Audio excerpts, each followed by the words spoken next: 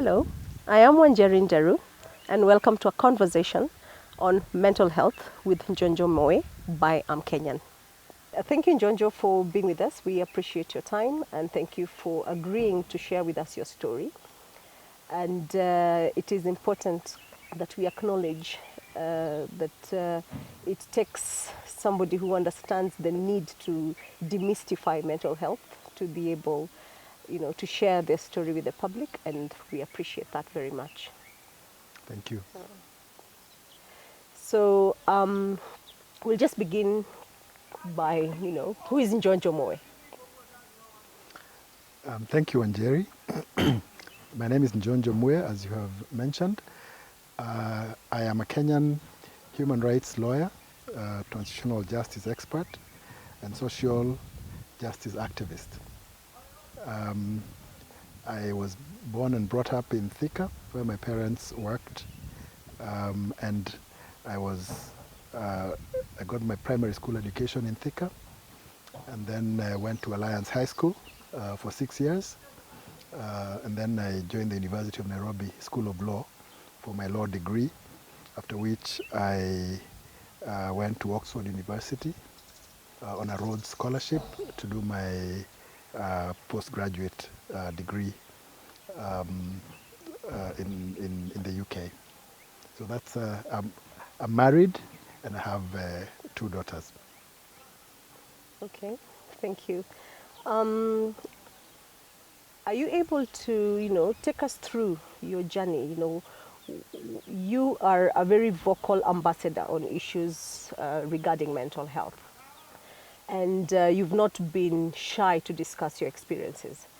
Would you kindly take us through, how did you first find out, when were you first diagnosed? What has your journey been?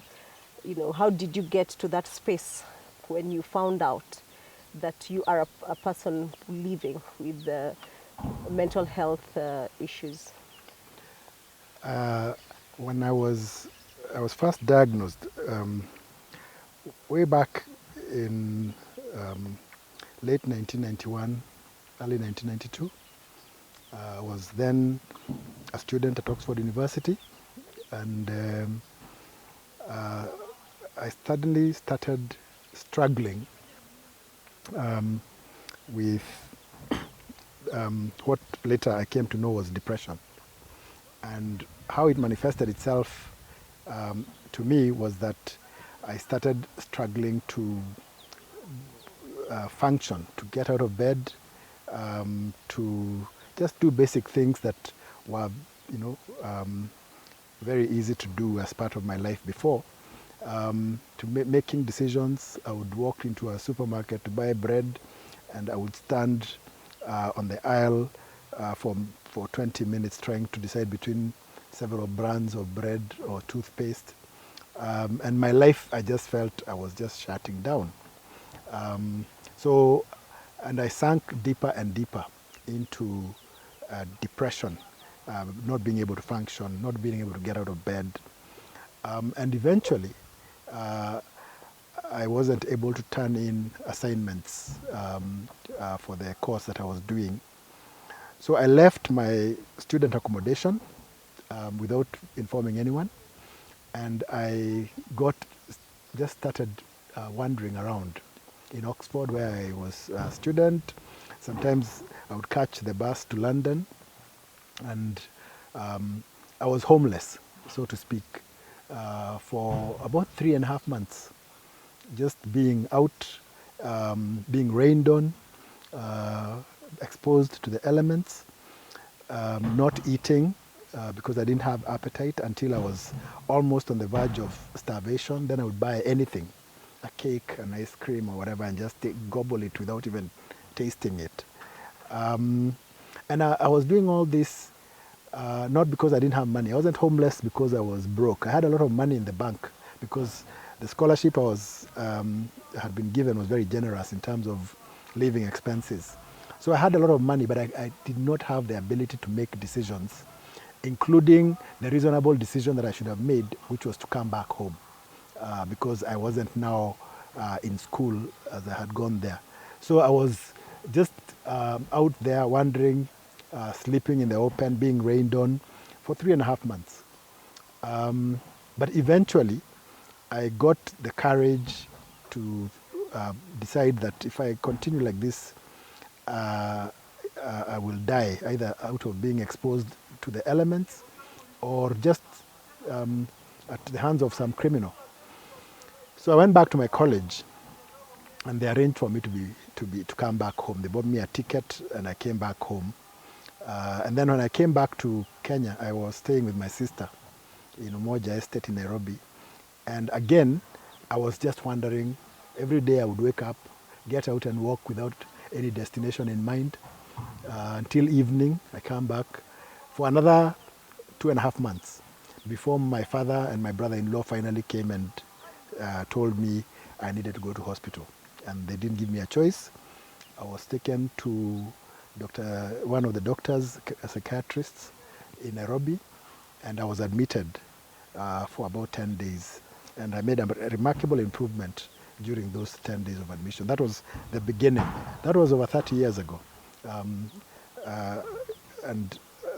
that is how my journey with mental illness began. Okay.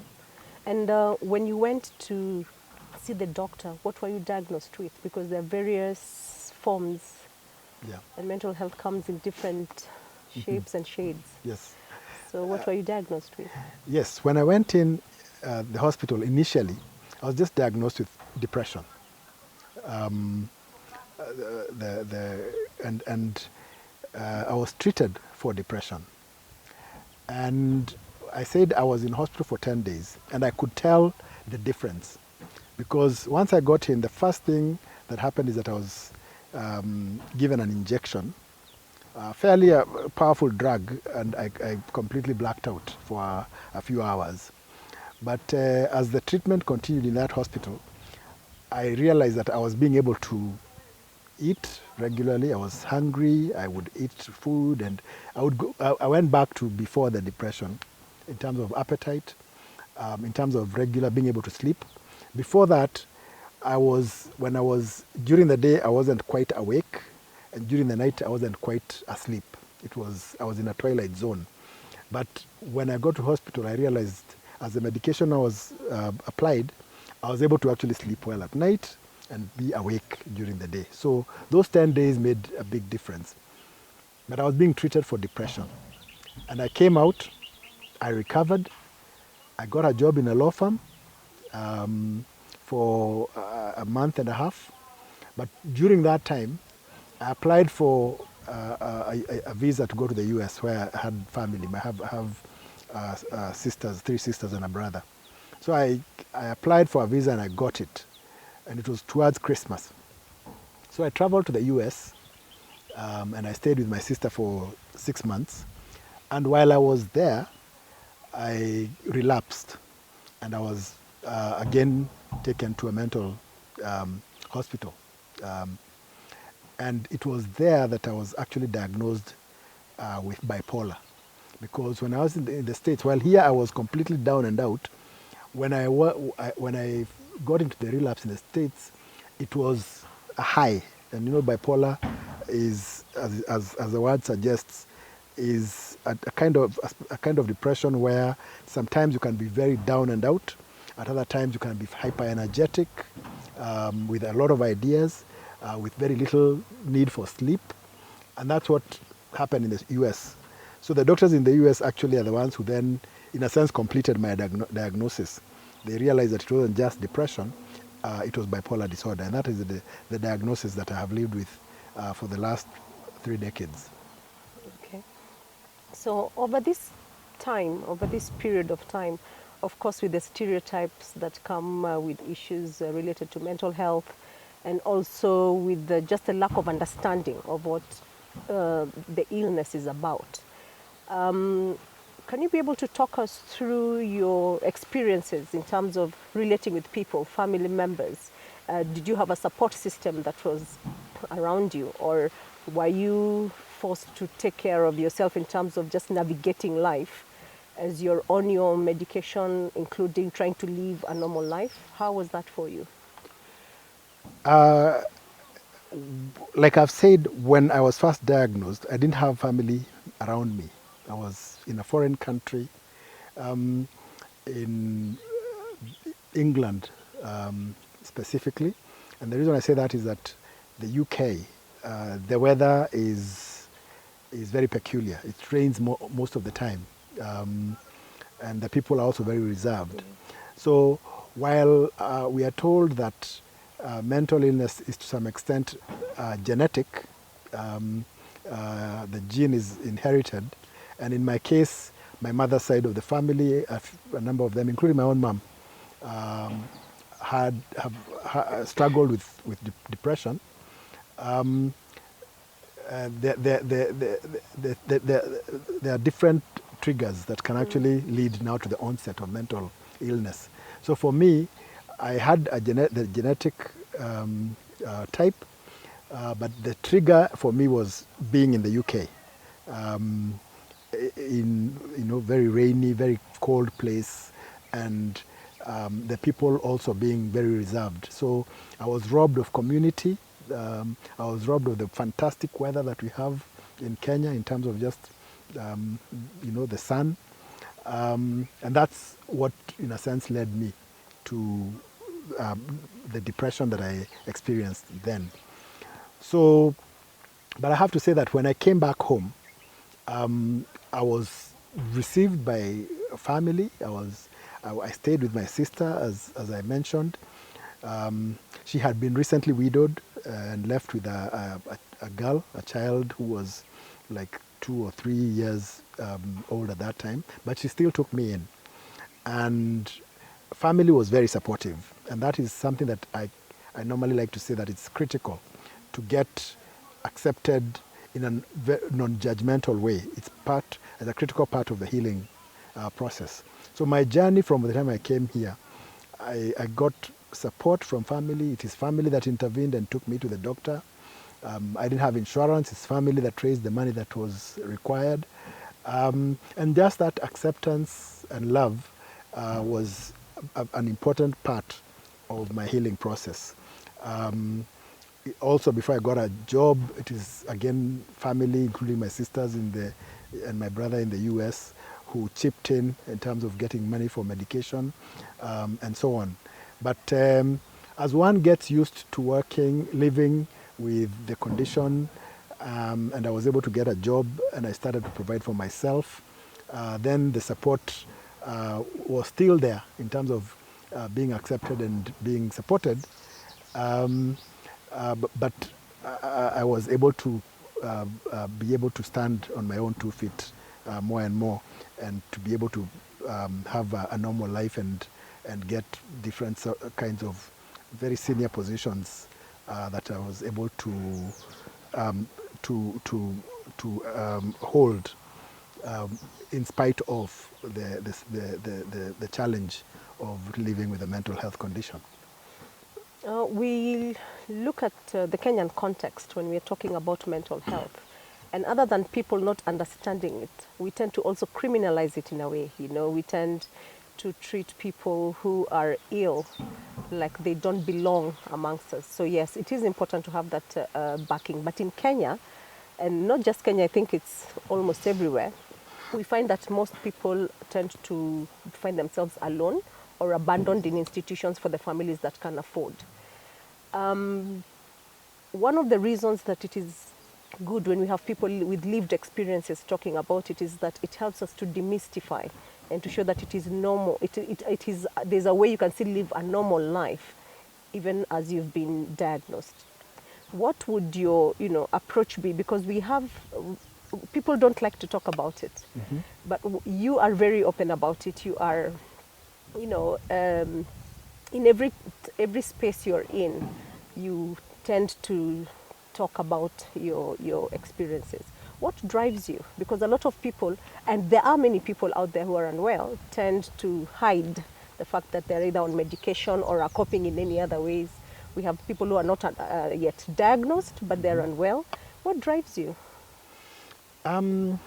First is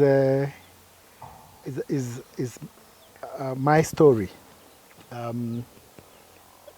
like I've explained to you, I've lived with a mental health condition for over 30 years now. The realization that if you don't own your story, somebody else will tell it. And they'll tell it, most likely they'll distort it, either out of ignorance or out of malice. Either way, you get other people talking about you or telling your story in a way that makes people stigmatize who you are. So I decided a long time ago that it is important for me to own and tell my story, so that it's not distorted. But also it's important for me to tell the story because I am fairly successful in my chosen path in career and family and so on. And so I can give voice to bipolar.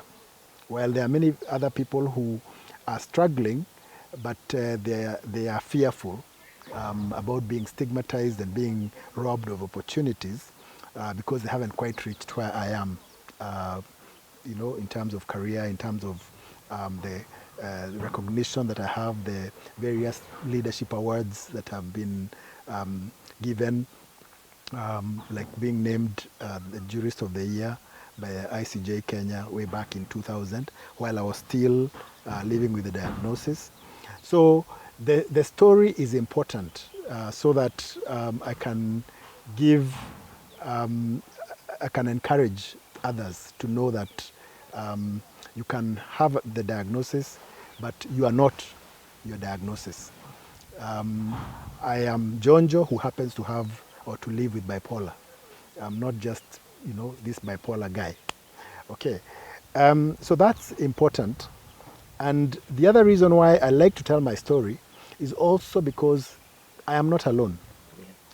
If you look through history, you find some of the very successful people who led their countries in critical times of crisis were people who lived with mental health conditions.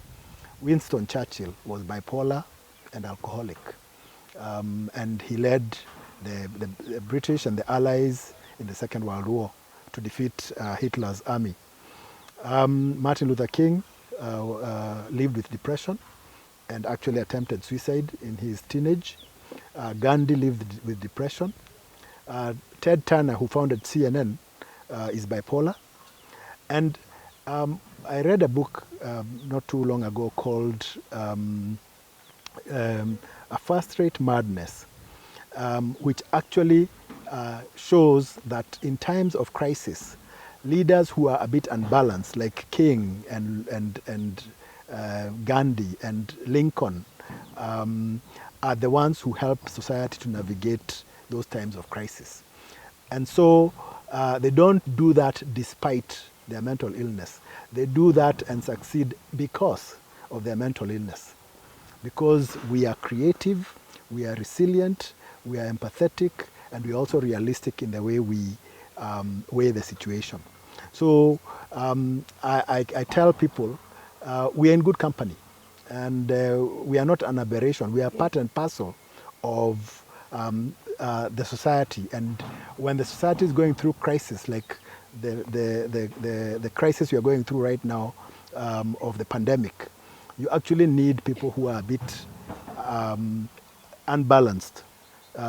When you give normal people the reins of power during a crisis, they are actually the ones who mess up. And there are examples I can give, but because of time, I will not give those examples. I can imagine some of them. Yes. So that's why I decided that actually it's good to talk about this, to encourage others to come out. The second or third thing why it's important is that the World Health Organization, says that one in every four or five individuals have mental health conditions, Yes. including here in Kenya. Yes. So a quarter of us are struggling, but many, we don't see them or we don't hear about them because they're in hiding, because they fear stigma and they fear being stereotyped and being denied opportunities to grow in their chosen fields. but it's important to make sure that we talk about this so that that quarter who have been in hiding can also come out and be able to live normal lives because they don't have to fear stigma anymore. Yeah, and in fact, to be very honest, this 1 in 4 people tend to cope in other ways other than seeking professional help. So, Yes, they're yes. using alcohol to cope. They're addicted to all forms of things to even get to sleep. So yes, they exist. Yeah. They're just in hiding or have not yet been diagnosed. Yes. And Yeah. are busy self-medicating with all those Yes. substances you've talked about. Yes. Now, unfortunately, we find that in Kenya, for instance, even the budget, the government, the health ministry, reduced the budget some time back on issues of mental health. And for the longest time, Mathare Hospital tended to be the to-go-to place, though right now there are various other clinics and hospitals that are quite expensive. And also the number of mental health professionals in this country are very few compared to the population. So we do have that problem. But how can we as a people, as the citizenry or as activists or people who are passionate about issues of mental health, how do you think we can be able to get the duty bearers to realize that this is something that they need to take into consideration, a bit more seriously? Yes, you've said it correctly. That for a long time, Kenya had less than 100 psychiatrists for a population of 47 million. The other day I spoke with the chairman of the Kenya Psychiatrists Association and he told me that there are now 125 psychiatrists. That's just a drop in the ocean. And then the government allocates only 0.01% Yeah. of their health budget, not even the overall budget, Yeah. of their health budget to mental health conditions. Which is funny because the same government tells us the disease burden of mental health is 15%. Yeah. So you would expect that at the very least you would have 15% resources allocated to mental health. Yeah. And also, we also told that for every shilling invested in mental health, you normally get 5 shillings as a return on investment. Because mental illness, the cost of mental illness financially, because of lost days, because of suicide, and lack of productivity, worldwide it is 2.5 trillion a year, projected to be 6 trillion by 2030. So there is really a shilling and cents argument. And that's what I don't think the government gets. So you're asking how we can make them actually respond correctly.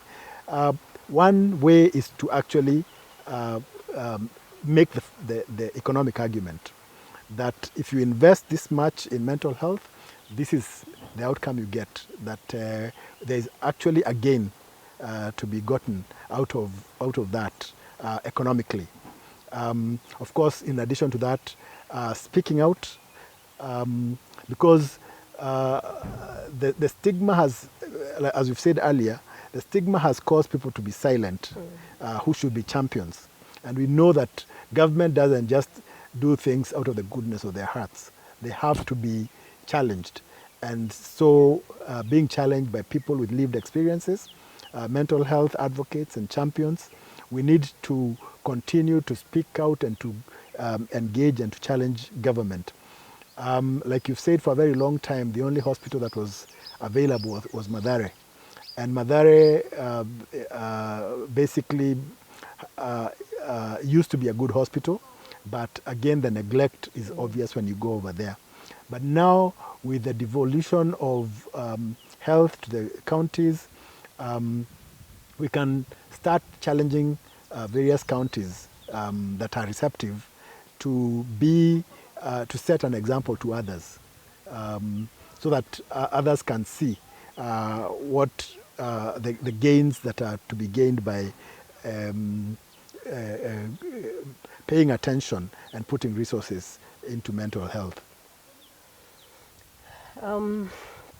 Njonjo, every time you speak, and I'm sure I speak for so many people, you make a lot of sense in how you not only have lived your life, but how you have used your lived experience to, uplift others, to talk about this issue that nobody wants to discuss.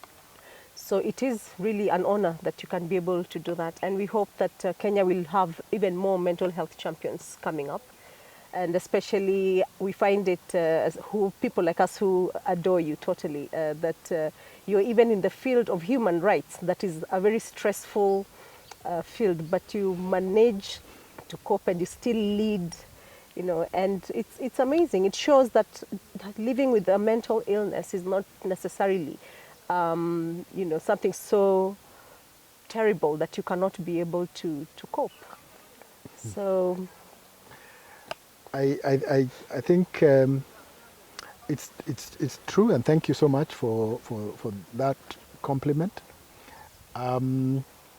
The working in the human rights field is a stressful uh, area of work, as we all know. For me, I think I managed to do it because, in addition to taking care of myself, um, continuing to be faithful in the treatment, because one has to take medication, and it's unfortunate that a lot of people who have mental health conditions, many of them struggle, and many of them refuse to be on treatment, which is sad because accepting the condition, accepting the treatment is half the battle won.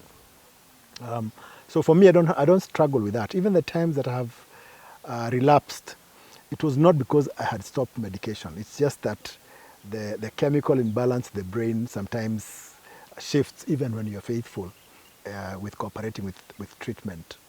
Um, uh, I also survive because I am open to hearing those loved ones whom I know and I trust, because we've known, whether it's my family or close friends.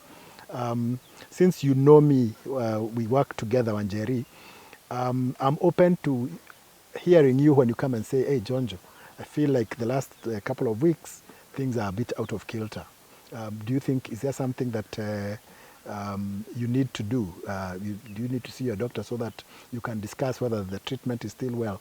So being able to have those sorts of conversations, there are few people, but they're there, friends and family.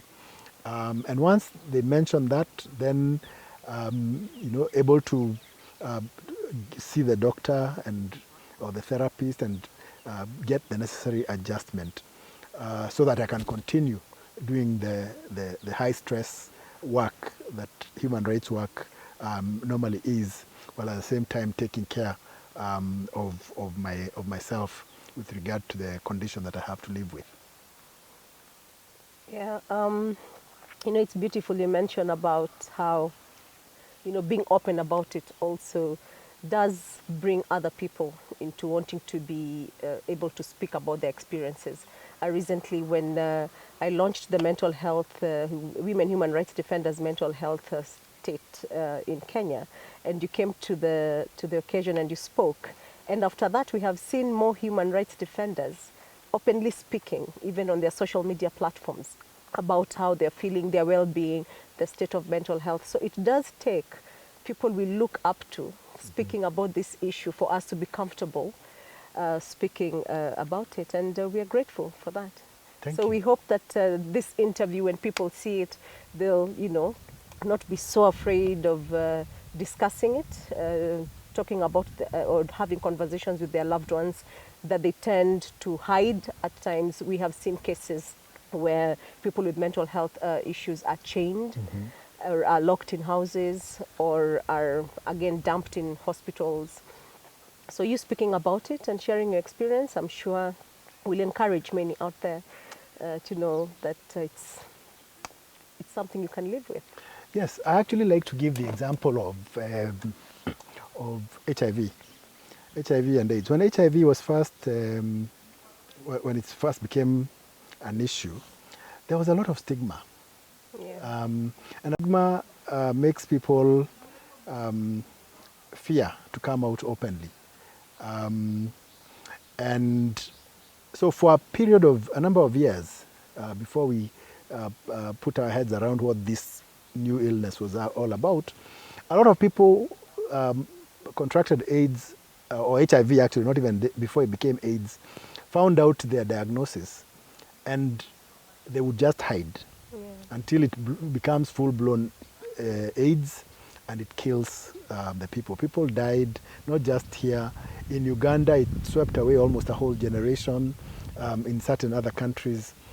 But people started speaking out. People with HIV started speaking out, and they challenged the government. And what has now happened is that HIV has become normal. People are diagnosed, it is treatable. People who have lived many years with HIV because ARVs are now available. And I think mental illness is where HIV was in the mid-80s to late 80s. And we need to actually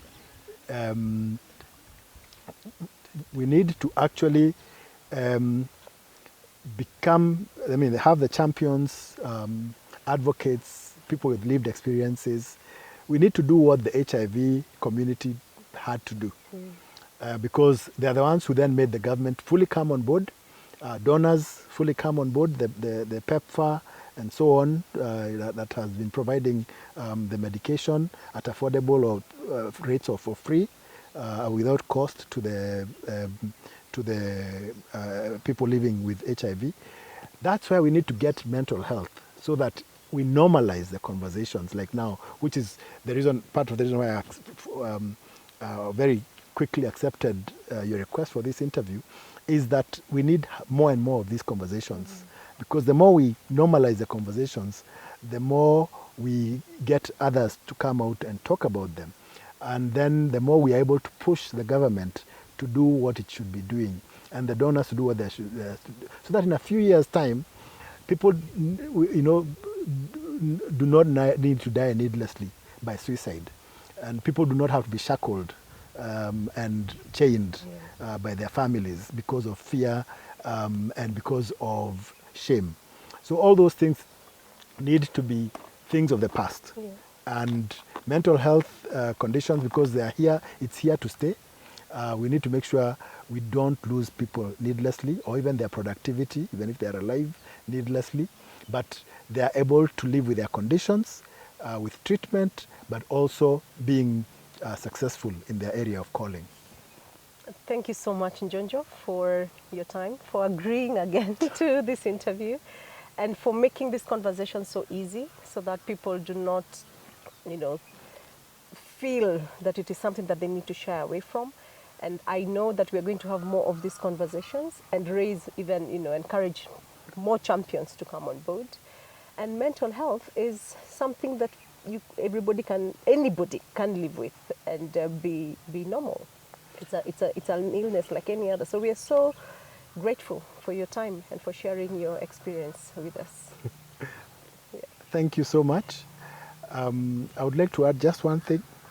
I normally like to say that over those last 30 years of living with mental health conditions, God has been good to me in terms of the places where I have served. I have led successful human rights organizations, both local and international. Like I said, I've been given several human rights and leadership awards, and I've gotten married, gotten children, and all those things happened not before but after my diagnosis. So I say this so that I can encourage anyone out there who may be struggling, to tell them they can be the best of who they decide to be, in spite of their diagnosis. And that's why people need to come out. People need to just be themselves and speak openly. Because when we do that, we encourage others, and we form a community that can be able to speak out about what is needed, and the investment that the government and others need to put into ensuring that mental health conditions It's just a condition. Thank you very much again for your time. It is a blessing to have you with us and to have you, be a champion on this issue. Thank you very much for joining us on this conversation on mental health with Njonjo Mue and the Kenyan team. Asanteni.